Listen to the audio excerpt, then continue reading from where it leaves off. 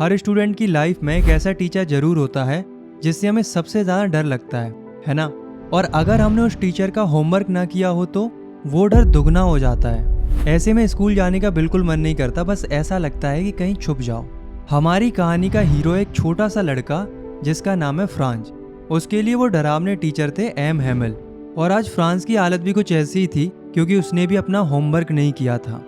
Hello everyone, मैं हूँ राहुल रावत और आज हम क्लास 12th का पहला और सबसे यादगार chapter the last lesson by Alphonse Daudet की दिल को छू लेने वाली कहानी सुनेंगे। ये कहानी फ्रेंच की उस दिन की है जो एक आम दिन की तरह शुरू हुआ पर उसकी ज़िंदगी का सबसे इम्पोर्टेंट दिन बन गया। चलिए शुरू करते हैं। तो उस सुबह फ्रांस स्कूल के लिए बहुत लेट हो गया था और उसे एम एमएल से डांट पड़ने का बहुत डर लग रहा था। क्यों? क्योंकि एम एमएल ने कहा था कि वो पार्टिसिपल्स पर क्वेश्चंस पूछेंगे और बेचारे फ्रांस को तो पार्टिसिपल्स का पी भी नहीं आता था। फ्रांस का स्कूल जाने का बिल्कुल मन नहीं कर रहा था। उसने तो सोच लिया था कि क्यों ना स्कूल छोड़कर पूरा दिन बाहर ही बिताया जाए। और वैसे भी दिन ही इतना सुहाना, इतना खूबसूरत था कि दिल करता था कि बस उस पल में खो जाए। मौसम वार्म और ब्राइट था, हल्की हल्की धूप पड़ रही थी, बर्ड्स चहचहा रही थी और दूर एक खेत में प्रूसियन सोल्जर्स ड्रिल कर रहे थे, जैसे कोई ग्रैंड परेड चल रही हो। ये सब फ्रेंच को स्कूल से कहीं ज़्यादा इंटरेस्टिंग लग रहा था। लेकिन फिर उसने अपने मन को समझाया, उसने हिम्मत की और स्कूल की तरफ तेज़ी से दौड़ पड़ा। उसके लिए तो ये एक बिल्कुल आम सा दिन लग रहा था, लेकिन उसे क्या पता था कि ये दिन उसकी ज़िंदगी का रुख ही बदल देगा। रास्ते में जब फ्रांस टाउन हॉल के पास से गुजरा तो उसने देखा बुलेटिन बोर्ड के सामने भीड़ लगी हुई है। वो बड़ा सा बोर्ड जहाँ पिछले 2 साल से सिर्फ बुरी खबरें चिपकती आई थी। फ्रैंको प्रूसियन वॉर्स की अपडेट्स, हारी हुई बैटल्स, नए नए मिलिट्री ऑर्डर्स और हर वो न्यूज़ जो लोगों के चेहरे से मुस्कान छीन लेती थी, वो उसी बुलेटिन बोर्ड पर छपती थी। फ्रेंच ने सोचा कि अब क्या बात हो गई, पर वो रुका नहीं। उसने थोड़ा सोचा, लेकिन फिर वो अपने स्कूल की तरफ बढ़ गया। जब फ्रांस स्कूल के कंपाउंड में पहुंचा तो वो हैरान रह गया। वहाँ एक अजीब सी शांति थी। हमेशा तो स्कूल शुरू होने से पहले काफ़ी शोर शराबा होता था। डेस्क के खिसकने की आवाज़ें आती थीं, बच्चों के एक साथ लेसन्स रिपीट करने का शोर आता था जो गली तक सुनाई देता था।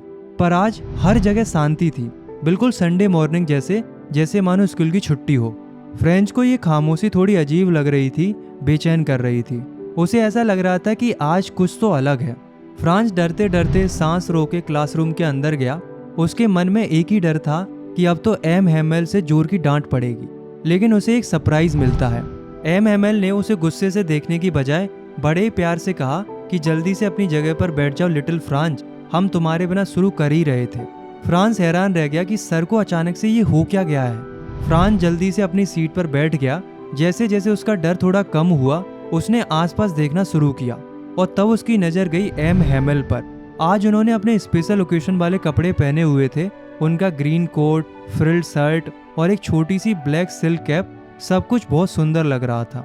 फ्रेंच ने सोचा कि सर तो ऐसे कपड़े सिर्फ प्राइज डे या इंस्पेक्शन के दिन पहनते हैं, पर आज क्यों? आज तो ऐसा कुछ है ही नहीं। और फिर फ्रांस की नज़र गई क्लास के पीछे और उसका मुंह खुला का खुला रह गया। वो बेंचें जो हमेशा खाली रहती थी, आज वहाँ गांव के बड़े बड़े लोग बैठे हुए थे, बिल्कुल शांत, जैसे स्टूडेंट्स हों। Old Hauser, farmer mayor, farmer post master, सब वहाँ बैठे थे। उनके चेहरे बहुत उदास लग रहे थे और उनकी आंखों में गहरी उदासी थी, जैसे वो कुछ कहना चाहते हो पर कह नहीं पा रहे हो। फ्रांस की कुछ समझ नहीं आ रहा था कि आखिर ये सब हो क्या रहा है, आज सब इतना अलग क्यों लग रहा है। फिर एम हेमिल अपनी कुर्सी पर बैठे और अपनी गंभीर लेकिन प्यार भरी आवाज़ में उन्होंने वो शब्द कहे जो फ्रांस की पूरी दुनिया हिला गए। My children, this is the last lesson I shell give you.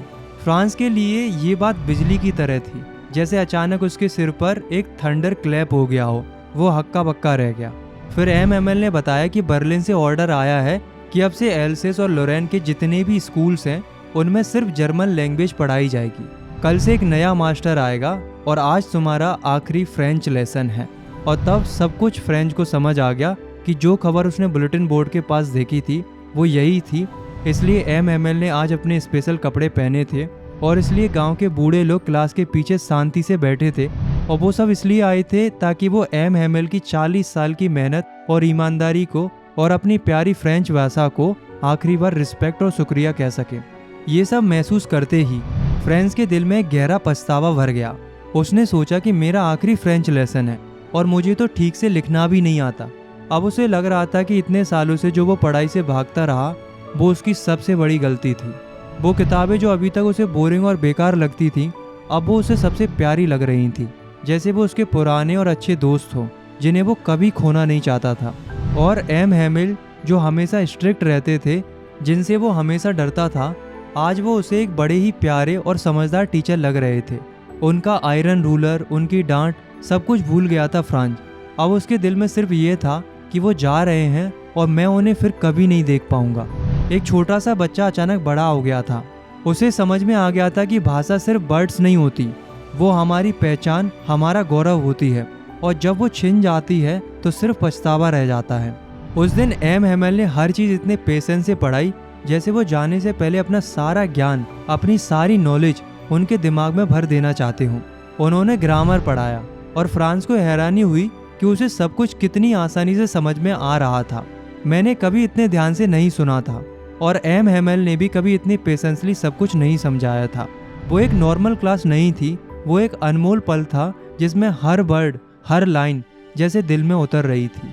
वो चाहता था कि बस सब कुछ सीख ले, सब कुछ याद कर ले, पर वक्त निकलता जा रहा था। उसे लग रहा था कि अगर आज उसने अपनी लैंग्वेज को नहीं पकड़ा तो कल ये उसके पास नहीं रहेगी। आखिर में एम हैमिल ने फ्रांस लैंग्वेज की तारीफ की, उसे दुनिया की सबसे ब्यूटीफुल, सबसे क्लियरेस्ट, सबसे लॉजिकल लैंग्वेज बताया। और उन्होंने एक बहुत ही गहरी और बहुत ही इम्पोर्टेंट बात कही, when a people are enslaved as long as they hold fast to their language, it is as if they had the key to their prison। कितनी बड़ी बात है दोस्तों। जब तक लोग अपनी भाषा को मजबूती से पकड़े रहते हैं तब तक उनके पास अपनी जेल की चाबी होती है। कहने का मतलब ये है कि जब किसी कम्युनिटी के ऊपर कब्जा हो जाता है लेकिन वो लोग अपनी भाषा को नहीं छोड़ते हैं तो ऐसा होता है जैसे उनके पास अपनी जिंदगी की जेल की चाबी हो। भाषा सिर्फ शब्दों का जोड़ा नहीं होती, वो होती है आपकी सोच, आपकी संस्कृति, आपकी पहचान। और अगर आप अपनी भाषा को संभाल के रखते हैं तो कोई भी आपसे आपकी आज़ादी नहीं छीन सकता।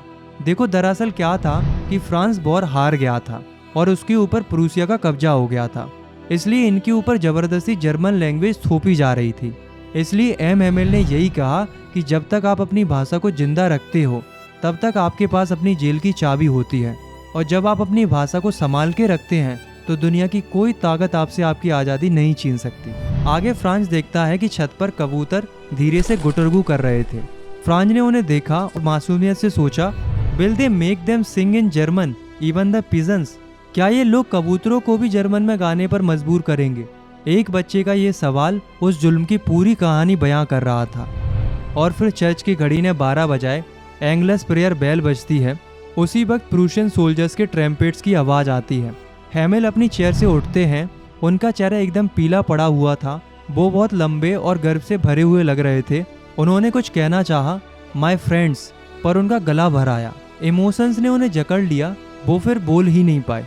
फिर वो ब्लैक बोर्ड की तरफ मुड़े, चौक का एक पीस उठाया और अपनी पूरी ताकत से जितना बड़ा वो लिख सकते थे उन्होंने लिखा, वाइव ला फ्रांस। इसका मतलब होता है लॉन्ग लिव फ्रांस।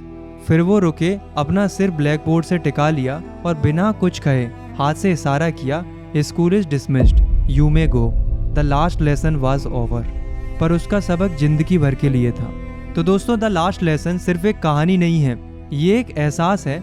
ये हमें याद दिलाती है कि हम अक्सर चीज़ों की, आज़ादी की और अपनी जुबान की वैल्यू तभी समझते हैं जब वो हमसे छिनने वाली होती है। ये कहानी है एक टीचर की जिन्होंने अपने आखिरी लेसन में सिर्फ ग्रामर नहीं बल्कि देश प्रेम और सेल्फ रिस्पेक्ट का सबसे बड़ा लेसन पढ़ाया। और ये कहानी है एक बच्चे की जिसने एक ही दिन में पछतावे से लेकर अपनी भाषा से प्यार तक का लंबा सफ़र तय किया। तो दोस्तों, अपनी भाषा से प्यार कीजिए क्योंकि यही है आपकी पहचान और यही है आपकी आज़ादी की चाबी। उम्मीद है आपको ये लेसन पसंद आया होगा। अगर आपने इस कहानी के मैसेज को अच्छे से महसूस किया है तो लाइक और सब्सक्राइब कर सकते हो। और अगली वीडियो में हम मिलेंगे ऐसे 2 बच्चों से जिनका बचपन गरीबी और मजबूरी के धूप में कहीं खो गया है। उसे देखने के लिए यहाँ क्लिक कीजिए। तब तक के लिए टेक केयर, मिलते हैं अगले चैप्टर में।